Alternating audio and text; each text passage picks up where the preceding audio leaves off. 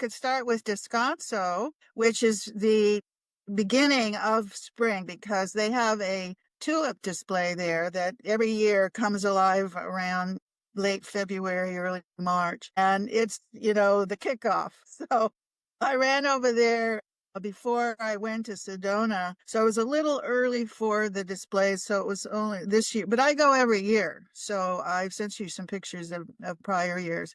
And it's just a gorgeous display. And I feel like I don't have to go to Amsterdam.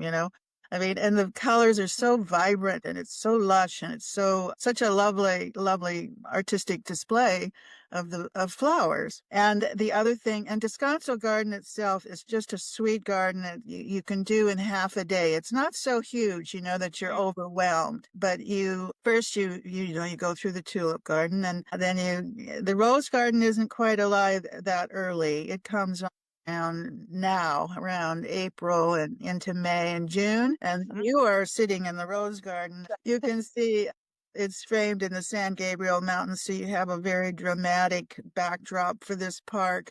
But I always go into the meandering trails that go around this lake and where they have planted some indigenous flowers like the poppies.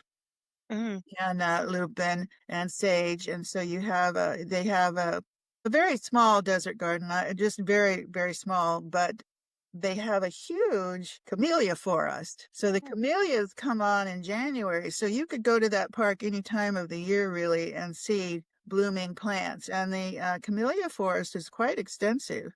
And you can wander through there. They actually have redwoods and they have 100-year oaks. They have a very lovely oak grove there.